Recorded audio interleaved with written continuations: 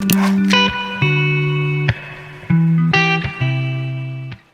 recirculating system is an indoor system that allows for careful control of the fish's environment year-round.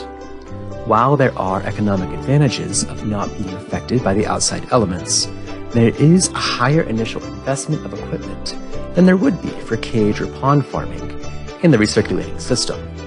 With fish farming, water needs to be maintained and carefully monitored. Consistent testing of water quality is a must to keep the fish healthy and disease-free. Additionally, access to water and reliable energy is crucial for success, even though the water is being recirculated. Runoff and evaporation will occur. The water supply will need to be occasionally re-topped off.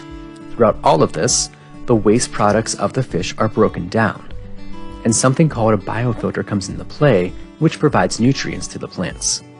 A biofilter allows for the natural biological process called nitrification to occur. Through the breakdown of waste, large amounts of ammonia are released in the water. The natural bacteria present in the water will use the oxygen to effectively convert the ammonia to nitrite, and then to nitrate. The biomedia in this biofilter expedites the process by allowing the bacteria to colonize in an area with correct water temperature, pH, and dissolved oxygen levels. This nitrate-rich water then moves to the plant grow beds. The grow beds can be a soilless environment, or they may be using a growing medium like perlite or ceramic stones. The plant roots are immersed in the water, allowing them to absorb the rich nutrients while simultaneously filtering out the compounds that are toxic to the fish.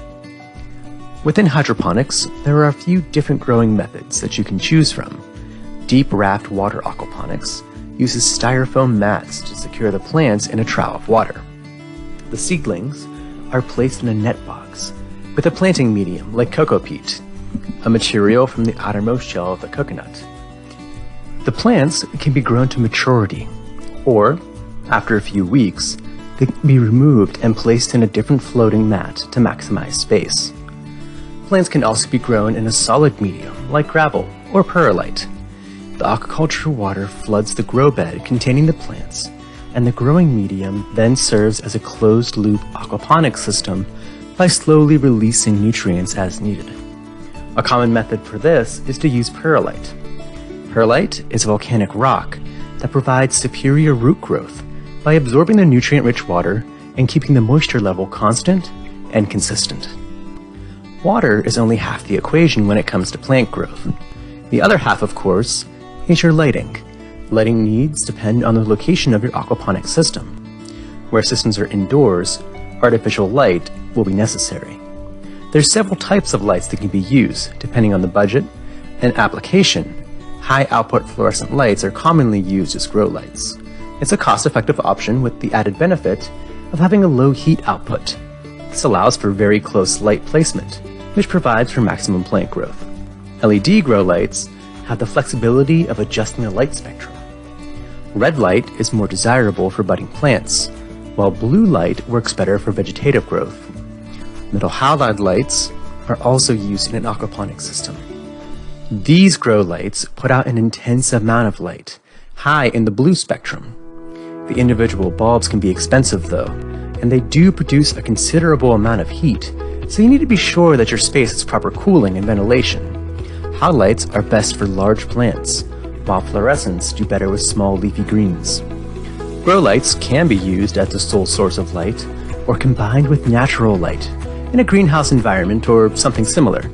A greenhouse provides economic advantages by reducing the amount of artificial light required for your aquaponics.